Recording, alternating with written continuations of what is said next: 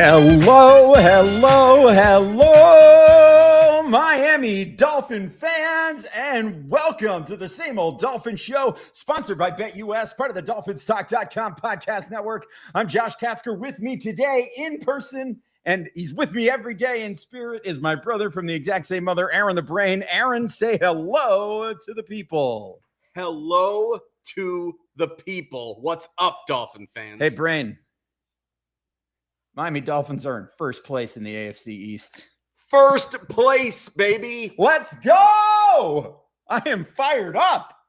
I think if you had told me coming in to this season that when the Dolphins went on their bye after week 10, that they would be in sole possession of first place in the AFC East, I'd have told you were crazy. But here we are. Your Miami Dolphins, 7-3, sitting atop the AFC East all by themselves, with the 6-3 New York Jets and the 6-3 Buffalo Bills a half game behind us. Brain, damn, it feels good to be. Damn, it does. And only a half game behind Kansas City for the number one spot. The Dolphins are officially in the race for home field advantage. Let's go. These are things that I just don't know that we'd have expected to be talking about at the beginning of the season. I think we both had designs on the Dolphins going on a nice little run here, especially in this kind of soft underbelly of the schedule. But 7-3, sitting pretty, feeling nice. And how about a 39-17 butt whooping of the Cleveland Browns today, Bram? Most complete game this team has played all season by far. Special teams could use a little bit of work, but a couple missed extra points, not a great opening kickoff coverage, but aside from that, almost a perfect game from the team. I mean, as perfect as you're going to get, really, from the offensive side of the ball, the defensive side of the ball. I don't even think Tua played his best game. But then you look at the stats at the end of it, and the completion percentage is right where you'd want it to be. 285 yards, 3 touchdowns, no interceptions.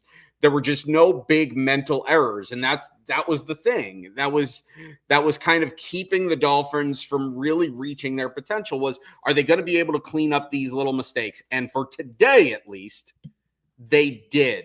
And they put together a great performance on both sides of the ball. Did it help that the Browns self-destructed a little bit here and there? Of course, that's always going to help. But when you win 39-17, that's a complete victory. And yeah, it's a complete victory for the Miami Dolphins in a game in which that they didn't even really, it never really felt like they were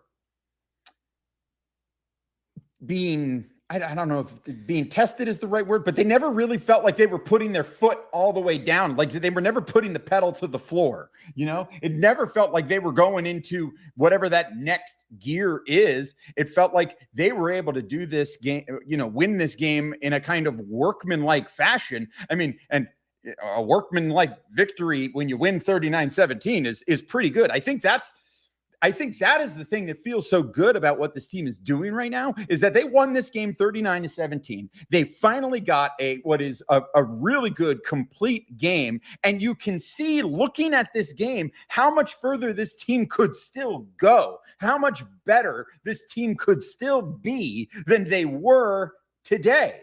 Because there were still some brain farts here and there. You still have Jason Sanders, who we're going to talk about, missing extra points. You still have Mike McDaniel with getting a little bit too cute for his own good when the team is moving downfield. You still have some of that going on. But today, the Dolphins were able to take advantage of what we talked about in our preview show. We talked about the Browns are not really a great team at defending the run. So maybe this is a game where the Dolphins just do the thing on the ground. And you're like, well, we didn't need to get away from what we're good at, which is passing the ball. But the Dolphins ran the ball so effectively today. They ran for 195 yards on 33 carries.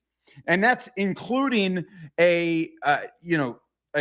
that's including kneel downs, right, from Skylar Thompson, who got some play in this game. That includes a no gain run from Durham Smythe, a no gain run from Tua. So those things count. So those things count. But I mean, 195 yards and 33 carries, good for nearly 6 yards per carry. I mean, this was a fantastic game. Both Jeff Wilson destroying 17 carries, 119 yards for Jeff Wilson in this game, 8 carries for 65 yards for Raheem Mostert. I mean, that's a 7 yard per carry average for Wilson, 8.5 yards or 8 yards per carry for Raheem Mostert. I mean, this was a really, really solid performance from the Miami Dolphins and the run game. Yeah, the thing about it, the thing that's really exciting is you see the trajectory.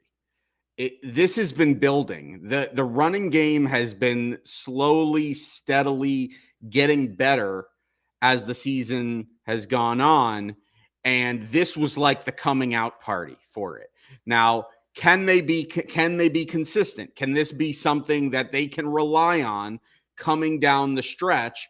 That remains to be seen. We'll find that out. We don't know what the answer to that is, but this was a great sign that they were able to do this because, Tua was good in this game, but there were not a bunch of huge plays in the passing game. There were a bunch of just steady intermediate throws, short throws, but the biggest plays, it felt like, came on the ground with these big chunk runs, mostly from Wilson and a little bit from Mostert, just huge holes being opened up by the offensive line. And it just looks like things are really gelling on that side of the football. And then it was exciting to see that the defense really stepped up and played well. They kept Nick Chubb in check. For the most part. Basically all game. I mean, he broke out with that big run early in the fourth quarter. And that made things a little bit dicey and certainly made his numbers appear better than I think he was over the course of the game. But by and large, the Dolphins defense kept the Browns in check early in the first half of this game when the Dolphins, failed to complete drives. And it felt like, oh, this is another situation where the Dolphins are going to, let a team hang around and go into the half behind. The defense stepped up, and then ultimately the Dolphins took advantage of this game in the beginning stages of the third quarter and pulled away to a lead that would really never be challenged. And the defense did a great job. They were a big part of that. So really a complete victory. Can't say that enough. Yeah, just a really, from top to bottom, a very, very solid victory for your Miami Dolphins. So with that said, and we're going to get into, the little bits and pieces about this game in just a moment, but I think, Brain, if there's something that, I think it's time. Can we check your pulse if you're not fired up?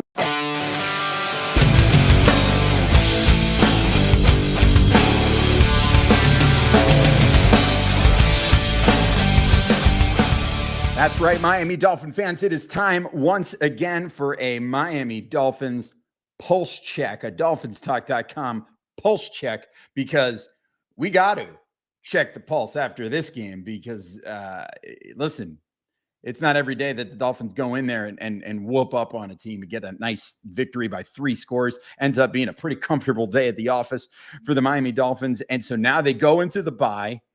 And they're in first place in the AFC East, thanks in part to just some incredible drama in Orchard Park, New York, where the Buffalo Bills looked like they had choked the game away against the Minnesota Vikings, only for the Vikings to out-choke them, only for the Bills to find a way to choke it away anyway, then for the Vikings to come all the way back.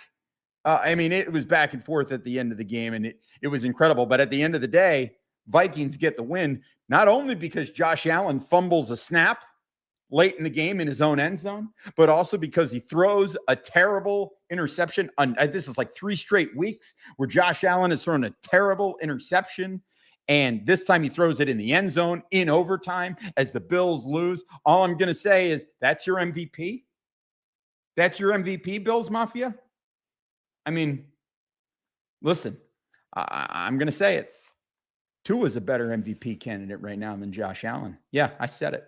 It's real. But anyway, Bills lose at home to Minnesota. And the Miami Dolphins find themselves in first place heading into the bye. So, Brain, it's time for a pulse check. So how is your pulse right now? So look, anybody that watches or listens to this show on any kind of regular basis, even if you've listened to it only a couple of times, you know that I stay very grounded with this team. And it takes a lot for me to really get excited and fully buy into what this team is doing. But right now, what they did today, what they've done so far this season going into the bye and the way they've set themselves up, I'm impressed. And I don't know how you can be anything other than impressed. Right now, this is one of the best teams in the National Football League. It hasn't been pretty every single week. They haven't always dominated their opponents. In fact, this is only the second time this season that they've got a double-digit victory. But they've weathered the storm with the injuries. Obvious injuries to the quarterback position, which have been probably the biggest problem, in that 3-game losing streak. Obviously, huge injuries on the back end of the defense in the secondary that they've had to weather and overcome. And through it all, they've managed to get themselves into first place in the AFC East, just a half game behind the Chiefs for home field advantage, the number 1 seed in the AFC. You're going to have a bye week. You're going to have a game against the worst team in the league and the Texans. And then you're going to have a 6-game stretch to really position yourselves for the playoffs. And even though that is still a very difficult 6-game stretch, the Dolphins are as good as any of those teams that they're going to play in that stretch. And right now you look at Green Bay, that game probably doesn't scare you. A home game against Green Bay right now doesn't scare you. You've got the Jets at home to end the season.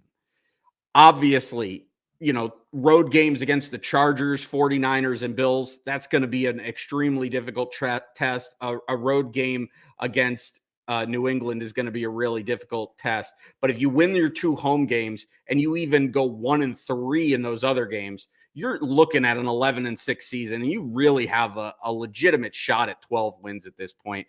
And the way this offense is playing and clicking right now, where I think Thomas Mostert has punted, twice in the last 3 games? Yeah. Homeboy had a complete day off today. All he did was hold kicks. I'm impressed. I am just flat out impressed. And the defense stepped up and played well. Do I think that this defense is perfect? And am I completely absolving this defense and, have this expectation that the defense is going to somehow become elite when they play better quarterbacks than Jacoby Brissett? No, I don't. But I think this defense is good enough considering what this offense has been capable of and continuing to get better at doing, that I think the sky is the limit right now. And I'm impressed. Yeah, me too. It's really great. And we want you to tell us how you are feeling about the Miami Dolphins right now. Tell us in one word. If you're watching live on the Dolphins Talk YouTube channel, first off, smash that like button. Second of all, throw it in the comments. Let us know how you're feeling right now in one word. If you're watching on the Dolphins or I am a Miami Dolphins fan Facebook page, thank you for watching live. Go ahead and share in the comments how you're feeling about the team. If you're listening in podcast form, tweet at us at Same Old Dolphins, at Amplified to Rock, at Aaron the Brain. That's at Aaron the Brain. Let us know. If you're really feeling salty, head over to Apple Podcasts. Leave us a 5-star rating and a positive review. And in your review, leave us your pulse check because we want to hear how you feel about these Miami Dolphins. And we're going to share some of them here up on the screen on the show in just a minute. But first, I got to tell you how I'm feeling about this team right now. And yes, I would echo your sentiments, Brain, that we are impressed. But I just feel great. I feel great about the Miami Dolphins right now. Because the fact of the matter is they won this game at a saunter. They kind of never really got out of that first gear in this game, and they still could have been so much better. Tua Tagovailoa puts up 285, passes for 285 and 3 touchdowns, and I didn't think he had he wasn't lights out. It wasn't a great game from Tua. I mean, it was a very solid game, and it absolutely helped his MVP case that he is building. And I think, let's make no mistakes about it, it is a legitimate case right now for MVP. I think he has a long way to go to catch up to Jalen Hurts and Patrick Mahomes, but he's a legitimate contender for that award, especially if the Dolphins continue to play football like they're playing. But how about this? How about everybody talks about Tua Tagovailoa is only putting up these big numbers because he's got Tyreek Hill and Jalen Waddle. The number one receiver in this game for the Miami Dolphins, Trent Sherfield. How about that? So listen, I know that there are people out there that still have their doubts about Tua and that, think it's this thing or the other thing or whatever it is. And we have been, I think, pretty objective in how we have talked about Tua on this show.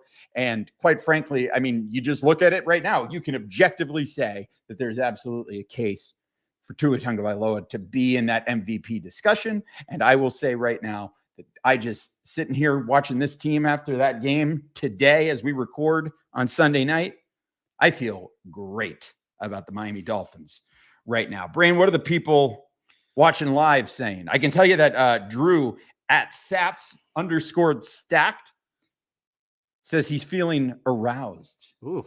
And I get it. I mean, I get that. Yeah. I mean, good for him. I hope, I hope they can keep him aroused. Yes. I hope that's not just a one and done situation. I hope they can keep him feeling that way. Keep it up. They definitely need to keep it up. Yes. But Brian Newman, he says he's feeling stoked. Love it. Kevin Jarnik, I hope I pronounced that name. He's optimistic. Fair. Jay Boyd, relieved. Like if you're anything like me, you were nervous coming into this game, and this is, you're feeling a lot better. You're Both feeling relieved. for sure. Steve Malloy is feeling not fantastic. He's feeling fantastic. Fantastic. I love a pun. Adam Drake, he is ecstatic. And Chris Wernick, he's cheating a little bit. He made this one word, but I'm going to show it. He's feeling Super Bowl. Rumbo a Super Bowl. I love it. He's feeling good. We're feeling good. We did a little, we were dancing to the Latin jazz afterwards.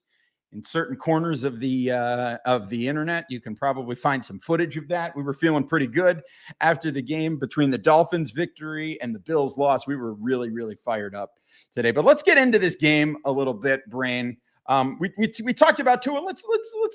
Let's flush that out a little bit, because I think that's a good place to start in talking about this game. Again, to go over his numbers, he was 25 of 32, only 7 incomplete passes. A couple of those were drops for 285, was not sacked, threw 3 touchdown passes, finished the game with a QB rating of 135.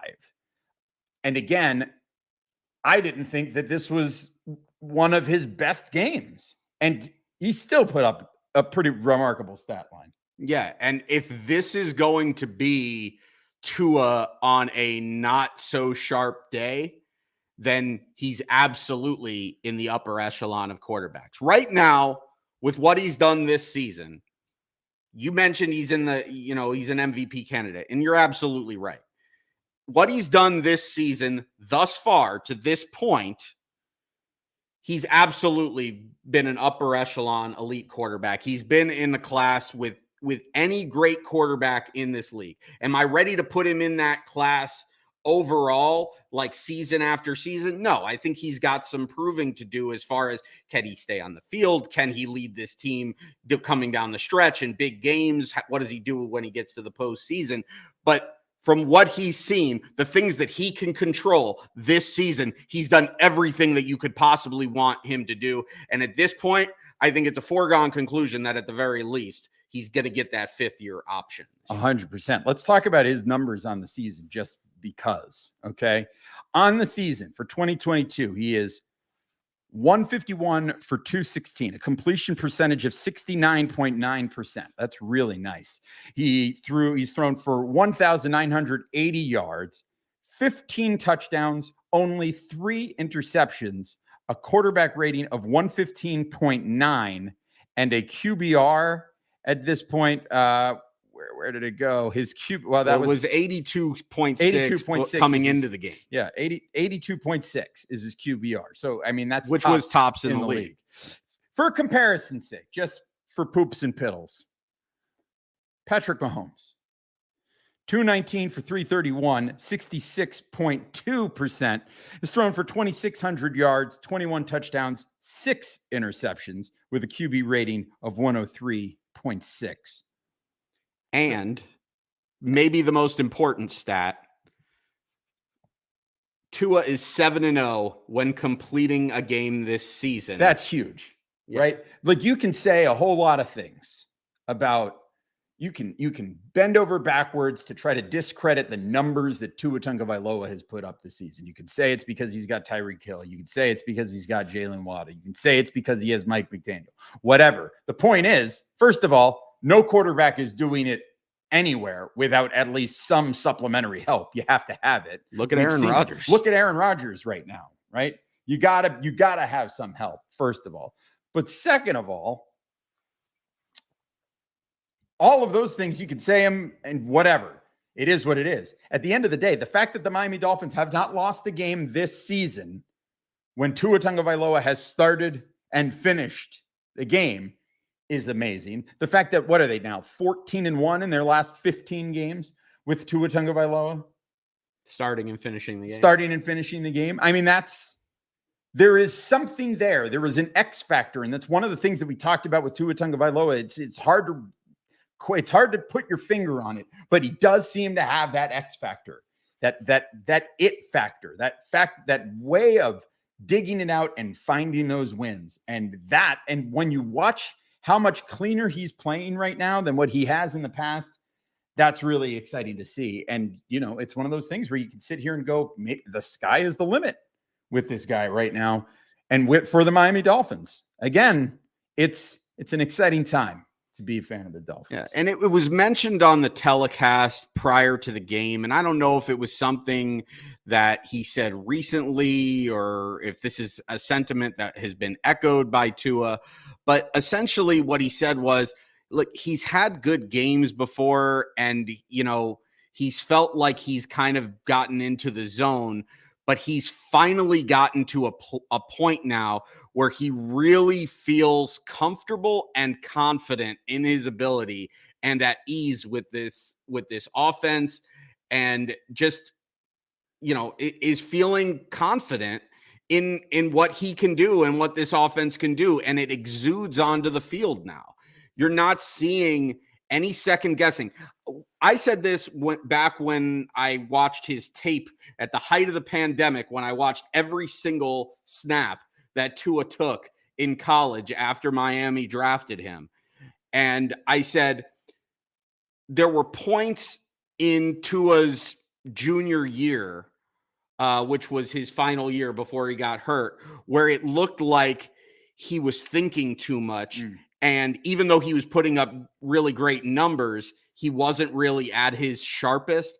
But there were also times where he kind of threw caution to the wind and he just let his instincts take over. And he's a very instinctual player. And that is kind of the X factor. That's the thing that was missing in a Ryan Tannehill, who had all the physical traits, but he just didn't have those football instincts. Tua has those football instincts, even while you could probably say doesn't have quite the physical tools that Ryan Tannehill does. Yeah. But he's clearly a better quarterback because of those. And that is the X factor. And that is the thing that the Dolphins quarterbacks that they've had since Marino have not had, save for probably Chad Pennington. And that was a Chad Pennington towards the end of his career who just really was limited physically. Yeah. I do want to. Yeah, go ahead. No, go ahead. Finish. I was just going to say, even that Chad Pennington, because of his instincts, rode the Dolphins to the playoffs. Granted, we also had the Wildcat, and it was a little bit of a fluky year, but finished second in the league in MVP voting that year. And that just goes to show you the quarterback position is not all about arm strength and, laser beam throws on like 30-yard outs. It's about knowing where your guys are going to be, anticipating where the defense is going to be, getting the ball out on time where it's supposed to be. And those are the things that Tua is doing at an elite level right now. And that is his special trait. Yeah. And it's truly fantastic. He found 8 different Miami Dolphins receivers in this game. 8 different guys caught passes in this game. I misspoke earlier when I said Trent Sherfield was the Dolphins' leading receiver in this game. Jalen Waddle had 66 yards to Sherfield's 63. So I apologize for that. You can tweet at me and bury me. I apologize for getting that stat wrong. The fact of the matter is, Tua sucks. Yeah, clearly that's he sucks without Waddle. Yeah, clearly. Without Waddle, he's just nothing, right? He's just a zero. So there we go. So Tua, another very solid game from Tua, and the offense was good as well. Except, Brain, I guess we should talk about this play calling here, because we talked about the run game. The run game was fantastic today. Let's give a shout out before we talk about the play calling, though, because I think it needs to be said. The offensive line. Teron Armstead is a beast. He's a monster. Okay, this guy is just a monster. Another fantastic game, worth every single penny that the Dolphins paid for him. And even though he missed, essentially 2 games for the Dolphins, it has absolutely been worth it to have him, because he is a difference maker.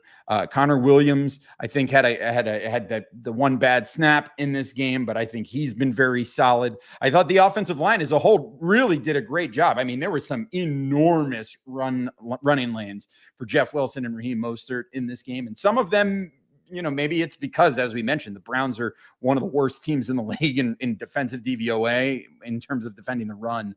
But this offensive line put in the work today. They kept Tua clean and made sure that there was room for these guys to run. So an outstanding performance from the Miami Dolphins offensive line.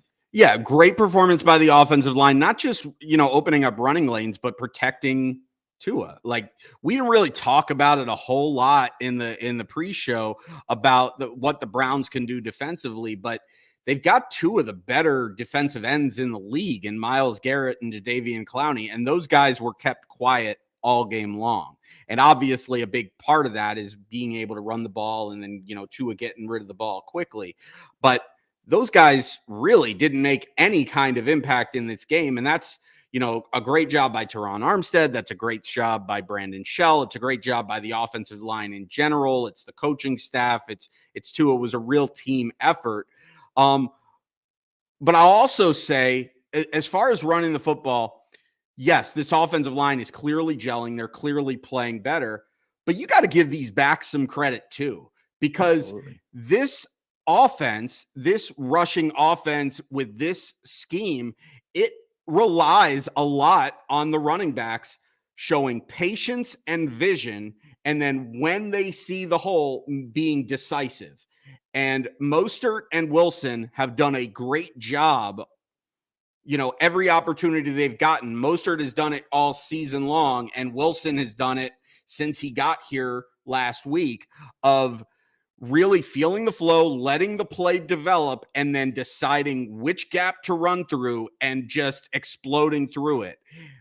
Because sometimes granted, there were some plays in this game where the holes were huge. I could have run through them and looked amazing. But there were other times where it really didn't look like there was a lot of room to run, and they were still able to pick up 4, 5, 6 yards. That's how you really have a great running game.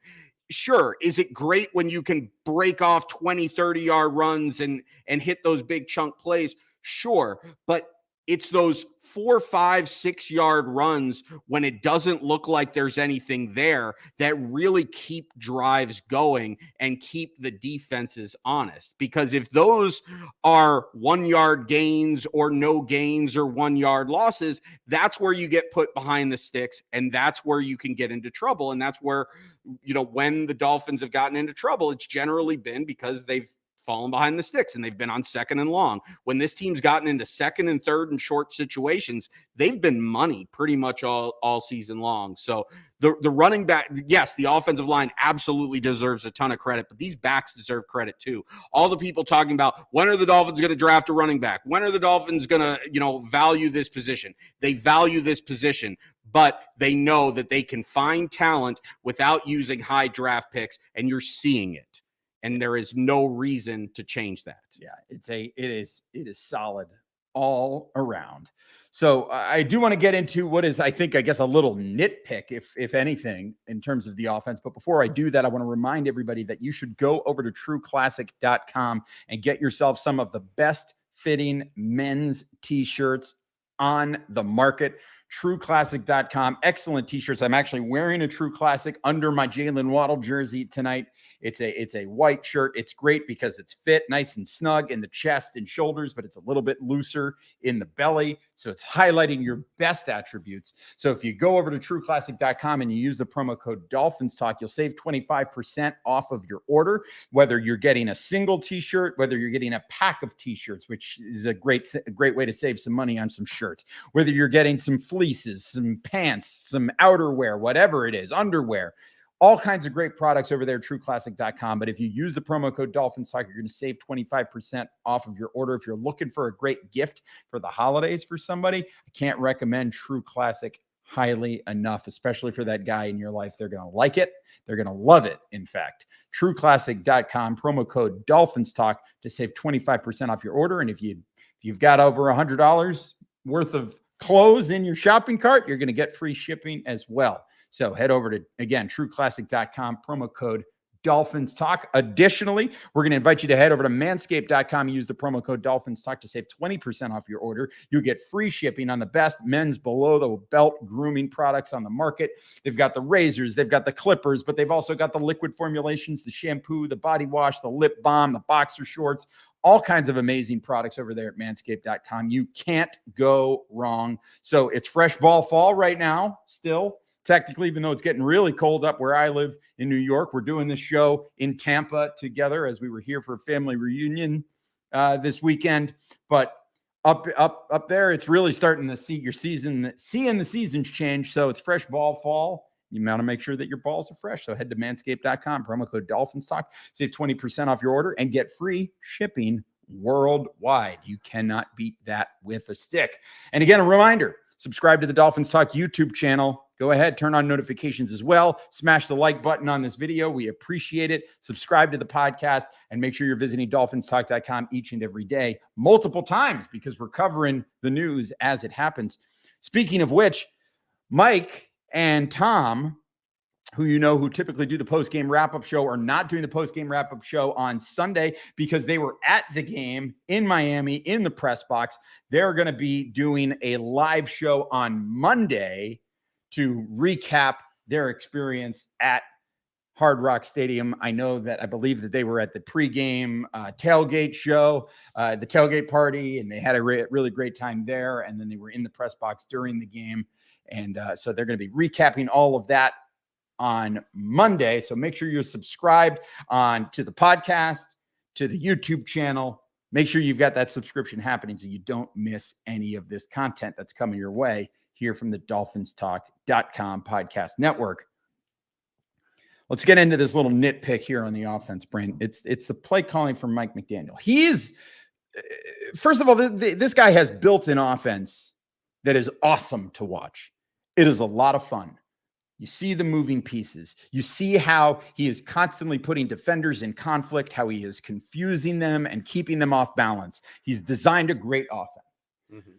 But every so often, the Dolphins will be moving the ball down the field, and he will decide to get a little cute. And more often than not, when that happens, it ends up really being the Dolphins shooting themselves in the foot. So in this particular game, the first time we saw it was on the Dolphins' second drive of the game. They were moving down the field. They had a 1st and 10 at the Cleveland 25-yard line, and they do the reverse. They get the ball to Cedric Wilson, who's looking to pass. And he is a receiver who is open down the field, but for whatever reason decides, I don't know if he's questioning his ability to make the pass or what, decides to hold on to the ball, ends up getting hit, tackled, loss of 5 yards, and it essentially kills the drive for the Dolphins. They end up having to settle for a field goal there. Not the end of the world. The problem is that the Dolphins are moving the ball really well on that whole drive. 6-yard run, 29-yard pass, 14-yard run, 2-yard. They're moving the ball down the field. And then they decide to get a little cute, and it stunts it, right? It stunts the drive. On their very next possession, again, Dolphins moving the ball, 20-yard pass, 2-yard run, 13-yard run, 9-yard run. You get the 2nd and 1 down at the Cleveland 14. And then they decide to... Well, you get Mostert runs up the middle and gets stuffed. Right. So you're in 3rd and 1. No issue with that. Yeah, whatever. It is what it is. But on the next down, you get Durham Smythe going under center and trying to get a yard, and it doesn't work out. Mm-hmm. And then on 4th down, you're running up the middle with Jeff Wilson, but no fullback, right? Let's also remember that there was a time where it ended up not biting the Dolphins in the butt, but they got down to a goal-to-go situation at like the 2 or 3 yard line, and they decided to go 5 wide. Right.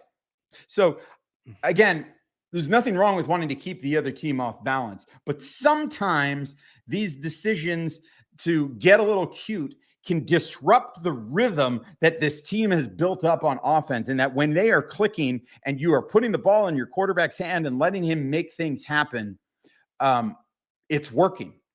And there's no need to get cute when the offense is working perfectly well as it's supposed to, as it's designed to work. So it's a little nitpick. It did not end up biting the Dolphins in the butt. It allowed the Browns to kind of hang around in the first half of this game.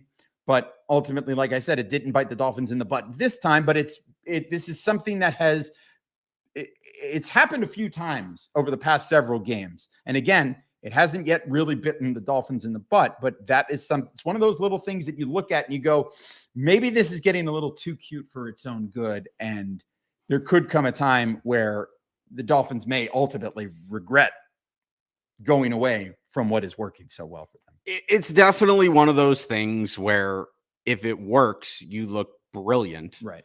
And if it doesn't work, you're open, you leave yourself open to being second guessed. Sure. But it's definitely something that we've seen a little bit of a trend where sometimes they're getting too cute. I think you can kind of save that a little bit for when you're going up against defenses that are having a harder time handling what you're doing. Because if you're moving the ball at will against them, then you really don't need to get cute. And that I guess is the issue. It's not like this is happening against a team that has a great defense, that right. It's a struggle and you anticipate it being difficult to put up points. So when you get an opportunity to pull off a play like that and come up with a big play that can put 6 on the board, go for it. But do you need to do that in a game like this against an inferior opponent that's bad on defense? You're rushing the ball at will. And you put yourself in, because they were at risk at the end of this first half of being in another situation where they had kind of dominated the football game, but we're going to go into halftime either trailing or with a tied football game. And it kind of looked like it was going to be that Minnesota game all over again. Now, granted, they really stepped up at the end of the half, coming up with a big time touchdown before halftime, and then the defense, not allowing the Browns to do anything. The Browns moving backwards with penalties going into the half, and then the Dolphins coming out to start the second half and driving right down and scoring a touchdown. That stretch is ultimately, I think, what won this football game. It was the most important stretch of the game. But prior to that stretch were those 2 possessions that kind of let the Browns hang around in a game where it felt like the Dolphins had opportunities to really jump on them early. And so it felt like we were going to see that same old Dolphins kind of story happen. But they really, from that point on, they showed up. So it is a nitpick, but it's definitely something to keep an eye on. Another nitpick that I don't know at this point if it's a nitpick is Jason Sanders. Oh, boy. Because we got to talk about this. You missed 2 extra points in a 22-point victory, and it's not a big deal. Right. because it didn't cost you anything, and it's going to be an afterthought. It's going to be swept under the rug amidst all of the positive that happened in this football game. But this is a disturbing trend, and this is something that has to get fixed because the games are going to get bigger, and this feels like it's a mental thing. It doesn't feel like it's a physical thing. He's obviously got the ability to kick field goals. He's obviously got the ability to kick extra points. So when you start missing extra points and you start missing them consistently and missing short field goals consistently, it is a mental thing. And that's something that if it doesn't get fixed, the Dolphins are not going to be able to rely on their field goal kicker coming down the stretch. So can this be something that is just a hiccup that Jason Sanders can overcome and he can be at least somewhat reliable coming down the stretch? Or is this going to be a recurring theme that ultimately factors into decision-making in key games, in key moments of key games down the stretch? Yeah. And it's certainly a worrying trend. And it seems that he has certainly fallen off. I mean, for his career, he's an 82.2% field goal kicker. This season, he's 73.3%, right? He's 11 for 15. That's a little worrying. The fact, especially considering one of the misses was from like 29 yards in the last game, right? He is not yet this season connected on a field goal of more than 50 yards, which is something that you worry about. Now he's been money from 40 to 49, right? He's been money there, but extra points, he's missing extra points. He's missed that chip shot field goal. There seems to be a confidence thing with Jason Sanders right now that you're really worrying about. And, and I was making the joke, I think I made the joke on Twitter that he's going to get cut this week. He's going to get cut tomorrow. I mean, at the end of the day, the question is there somebody else out there just on the waiver wire that the Dolphins can bring in that is going to be better than Jason Sanders? And I don't know what the answer to that question is. It's probably not. No. But then again, Jason Sanders is performing like a replacement level place kicker. And, if you're going to have a replacement level place kicker, theoretically, by its very definition, you can replace him with anybody. Right. The difference there is that, you've also seen him play at a higher than replacement level. Right. Is he going to be back next season with the contract that he has? No. He's done. They're not, unless there is a significant course correction. I don't even see how with any change of course you're going to bring back Jason Sanders, because you're only paying him to be an elite kicker. And at this point, I don't know what he can do over the last 7 games of the season that's going to erase what he's done for the last year and a half to make you really believe that he's worth the money that you're spending there. So you're probably going to get rid of Jason Sanders at the end of the season, and you're going to be looking to bring in a cheaper option at place kicker next year. But as far as this year, I think the pathway to having reliability at that position, the most likely scenario is Jason Sanders just correcting this and becoming, at the very least, a solid kicker to end the season. Somebody that you can at least somewhat rely on. Now, if this is something that continues week after week and it's just become apparent, like you can't count on this guy, then at that point, you got to replace him with anybody that can come in and has their mind right and can just get hot. Because a lot of times what you've seen with Jason Sanders is like when you're hot, then you're making all these field goals. Now, are they going to have the same touchback prowess? Are they going to, kick balls out of the end zone? Are they going to kick with the same kind of hang time? Are they going to have the same leg? No, but at the end of the day, you need to have some reliability at that position. I just don't know that you're going to get anything off the scrap heap that's going to be any kind of improvement off of him. So you just need to hope that it corrects itself. I think you just have to ride it out, and maybe he needs to take this week off, talk to a psychologist, or just get away from football in general and just clear his mind and do whatever he does in the offseason to kind of get his mind right, because he seemed like he was money in the preseason. Yeah.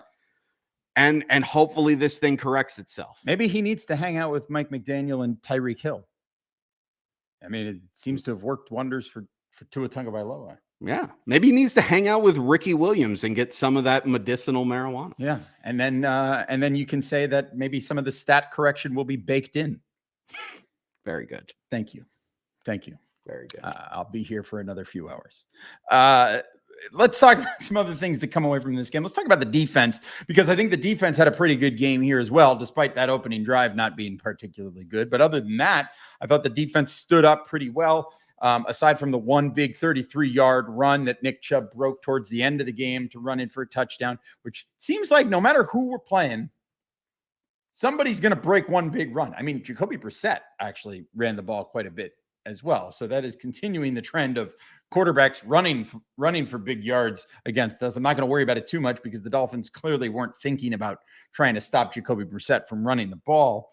But in this game, we really started to see the impact that Bradley Chubb could make on that defensive line for the Miami Dolphins. And as it turns out, it's going to be very important going forward, because Emmanuel Ogbah left the game with an arm injury that we have since learned was a triceps injury. It will require surgery, and he is going to miss the rest of the season. So the Dolphins now don't have Emmanuel Ogbah. And I know that Emmanuel Ogbah hasn't had a great season, and there are probably somebody out there going, well, he hasn't really played at all this season anyway. But you're losing that significant presence on the defensive side of the ball for the Miami Dolphins. So now you're going to have really to see what Bradley Chubb can bring for you, because now he's the guy that's there. He's the one that's going to have to make those plays and bring the pressure. He did get a half sack today, combining with Jalen Phillips. They combined for one of the 3 sacks that the Dolphins laid down on, or I'm sorry, it was Christian Wilkins. It's not Jalen Phillips. Right. But they sacked Jacoby Brissett 3 times today. So I thought the defensive line did well. I got to shout out the secondary as well. I mean, they had their moments, but the fact is they lost Keon Crossan in this game to an injury. And again, they managed to make do with Kader Kohu, who had quite a few really great plays. He also showed some plays where he showed some of his inexperience out there. But again, I thought another solid game all around from this very shorthanded Dolphins secondary. And listen, at the end of the day, they only gave up 17 points to the Cleveland Browns, a team that, has shown that they're capable of putting up some big offensive numbers. So at the end of the day, to only give up 17 points to Cleveland, you take that all day long. And maybe it's the home road splits continuing for this defense, but hey, I'm going to take it. Oh yeah, absolutely. And it was a really good game overall played by the defense, especially considering the beat up secondary. The Ogbah injury, what I'll say about it is that obviously it's going to put more of a focus on what Phillips and Chubb bring to the table. But to me, the guy that ultimately is going to get more playing time for it is going to be Melvin Ingram. Because, Chubb and Phillips both have the ability to put their hand in the dirt and play stand up outside linebacker, edge rusher.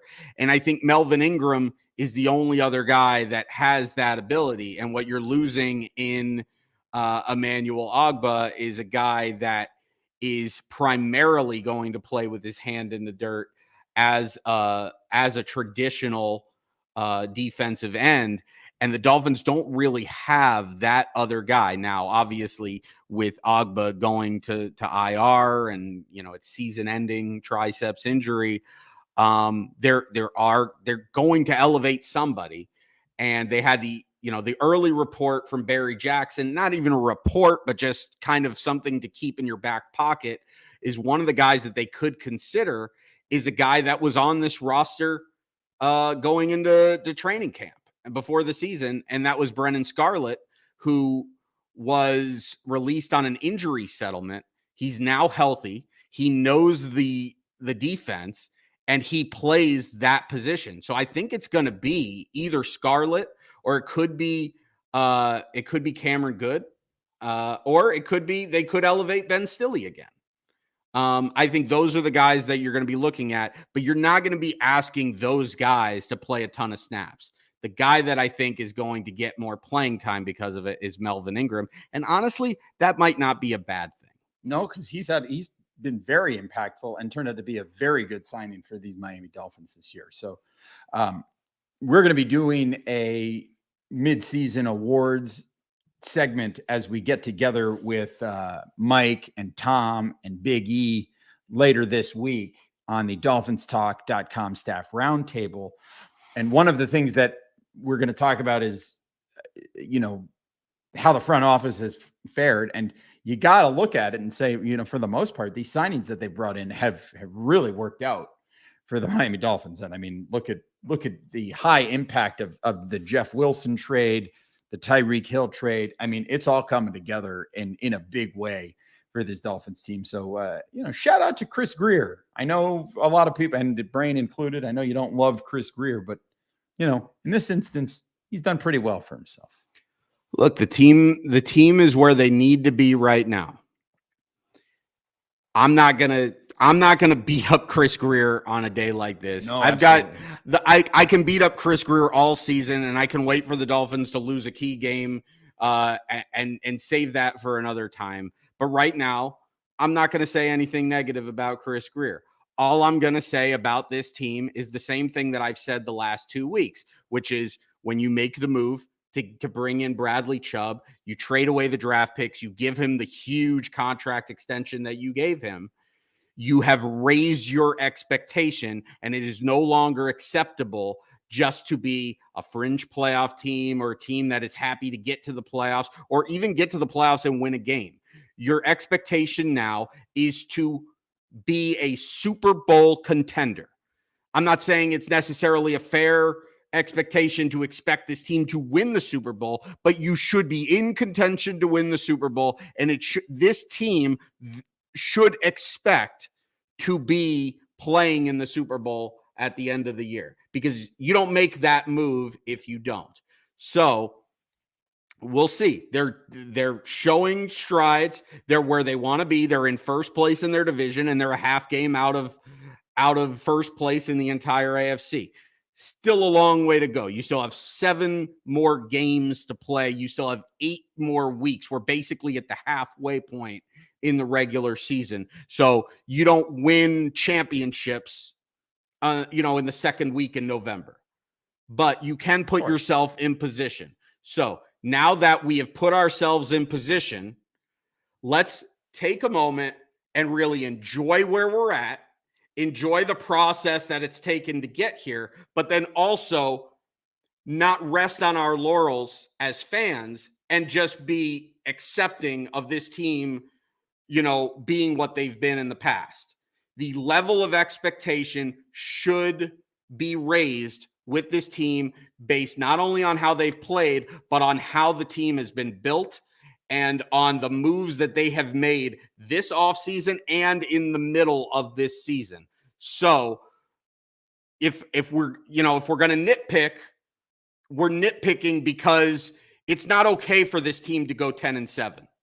It's not okay for this team to be, battling for a wild card and, maybe they make the playoffs, maybe they don't. This team needs to be an upper echelon team come January. Mm-hmm. Right now, they are an upper echelon team, and they need to keep that up. Yes. So that is the hope that they're going to be able to carry that through. The fact of the matter is we're going into the bye. We're sitting at 7-3. The Dolphins are currently the number 2 seed in the AFC at this moment. They are, they've defeated the Buffalo Bills. They're sitting in first place in the AFC East. And you're feeling good about this team because as well as they've performed, they can still be so much better, right? Are we saying that this is a team that is definitely going to go to the Super Bowl and they're definitely the best team in the AFC? I don't know that we're saying that. I'm also not saying at this point that they're not going to end up being the same old Dolphins. There's still plenty of time that can happen. It's a little bit too early to be celebrating Super Bowls at this point because we haven't won anything. It's only the middle of the season. We're still only 10 games in. We've got 7 more regular season games to go. And then we got the postseason, potentially, if we get there. So there's a long way to go. But at the end of the day, we've been Miami Dolphin fans for our entire lives. And we have sat through a lot of mediocre football. And there were times where we could only dream of the Miami Dolphins playing the kind of football that they are playing at this moment right now. So the fact is, you have to enjoy it. Whether you have doubts and reservations about this team's ceiling, totally fair. Whether you have doubts and reservations that this is sustainable, totally fair. But what you can't doubt is that this team is a whole heck of a lot more fun to watch right now than they have been at any time in the past 20 years, with the exception maybe of that Wildcat season in 2008. Other than that, we have sat through and watched a lot of really miserable, mediocre football. So right now, I'm telling you, if you're a Dolphin fan, you should be feeling happy, you should be feeling confident, and you should be enjoying the fact that your Miami Dolphins are 7-3. Don't worry about narratives from people out there who are going to tell you that your team doesn't deserve this, or that you're not real, or that it's padded, or that it's this, that, or the other thing. Who cares? Enjoy it for yourself, because this is a lot of fun, and your Miami Dolphins are in first place in the AFC East, and that is pretty damn great. Brain, anything else you want to say? Look, all season long, we talked about, the formula and how the way this schedule breaks down, and how, the Dolphins needed to get to the point where when they get to 11 games into the season, that they're at the very least 7-4. Well, at the very least, they will be 7-4. And considering they're going to be coming off of a bye week and they're going to be playing the Houston Texans, they really should be 8-3. And you look at the way this season shapes up, there's no reason this team shouldn't make the playoffs. I mean, this would be a pretty monumental collapse. I know the AFC is really competitive, and I know that they're, look, if the Chargers hold on to this game against San Francisco, like, the rest of the AFC is still pretty deep, and we're sitting there like only a game away from being on the outside looking in. I get that. But with what the Dolphins have talent-wise and what this team has looked like, the expectation should be that this team is not just a playoff team, but it's an upper echelon team at this point. So, look, they're right on track for where you'd want to be, even as the biggest Dolphins detractor. I'm clearly not one of the more positive Dolphins fans. Well, I'll say that. I won't say that I'm the most negative fan, but I'm certainly probably negative leaning as far as if I was looking at it objectively based on, the comments that I get on Twitter. Listen, Twitter and YouTube commenters say that you are not a real fan. Do you see this starter jacket? I see it. It's beautiful. It is glorious. It's fantastic. Yeah. So Did you see the way that I'm not saying that you're not a real fan. I'm saying that there are people on the internet, and they know who they are, that have accused you of not being a real fan because you've been maybe in their minds hypercritical of the team. Mm-hmm. Is that fair? Is it fair that I've been hypercritical, or it's fair to say that they think that I'm negative? It's fair to say that they think that you're being hypercritical. Okay. Yeah, that's fair to say. And so what I'll say is, as somebody who's been accused of being hypercritical, that's all. This team is doing everything that it should be doing right now. They have met expectations to this point in the season. But now, after the bye week, and we're going to enjoy this, and we're going to do a little bit of salsa dancing. That's right. And we're going to really enjoy this. We're going to rumba a Super Bowl. That's right. And we're going to feel good about things. Let's go. I'm and doing it right now. And hopefully next week we'll be doing a little bit more rumba a Super Bowl on the bye week, baby. Well, not yet. And the bye week, and then against Houston. I'm gonna rumba a Super Bowl in the bye week. And then when we get to that stretch, I don't care that we got 3 road games in a row against the Chargers, 49ers, and Bills. You think I'm afraid of Justin Herbert? It's time to not be afraid of those teams. That's it's right. time to say, like, hey, those teams should be afraid of us. Bring it. They should be afraid of the best wide receiver in football and one of the best quarterbacks in football. Oh, yes. An emerging running game and a defense that sports not just Jalen Phillips. Let's go. But also a full Chubb and Bradley Chubb. Let's go. The Dolphins look legit right now. Let's go. So right now, the Dolphins have met expectations. Let's raise those expectations, and hopefully the Dolphins will meet that bar. Let's go. Brain, I'm fired up. I'm fired up. You're fired up. I'm fired up. The fans are fired up. Dolphins Nation is fired up. We are ready to go into this bye at 7-3. Your first place Miami Dolphins. That's right. Your first place Miami Dolphins. So enjoy this Victory Monday and enjoy the week off next weekend, a weekend where you can sit back, relax, maybe watch a little Red Zone. If you're like me, you got the Sunday Ticket, you got the Mix channel on, so you got all the 8 games you're flipping around, or maybe you're, being productive and actually like not watching football on Sunday because, that has its benefits too. So whatever it is, enjoy. And, hey, let's go Dolphins. Yeah, let's go Dolphins. So a reminder, once again, make sure you're following us. I am at Amplified to Rock. He is at Aaron the Brain. Let me put it up there so you can see it. There it is, at Aaron the Brain. The show is at Same Old Dolphins. You can download, rate, review, and subscribe to the show on Apple Podcasts, Spotify, Stitcher, SoundCloud, everywhere that you get your podcast. Like this video, smash the subscribe button, turn on notifications so you know when we go live. Visit DolphinsTalk.com each and every day, multiple times. And yeah, keep feeling good, Miami Dolphins fans, because your Miami Dolphins are in first place, and it is a beautiful thing. So as always, as we head into the bye week, take care of yourselves and each other. And as always, go Dolphins! God, I hope I haven't jinxed this team.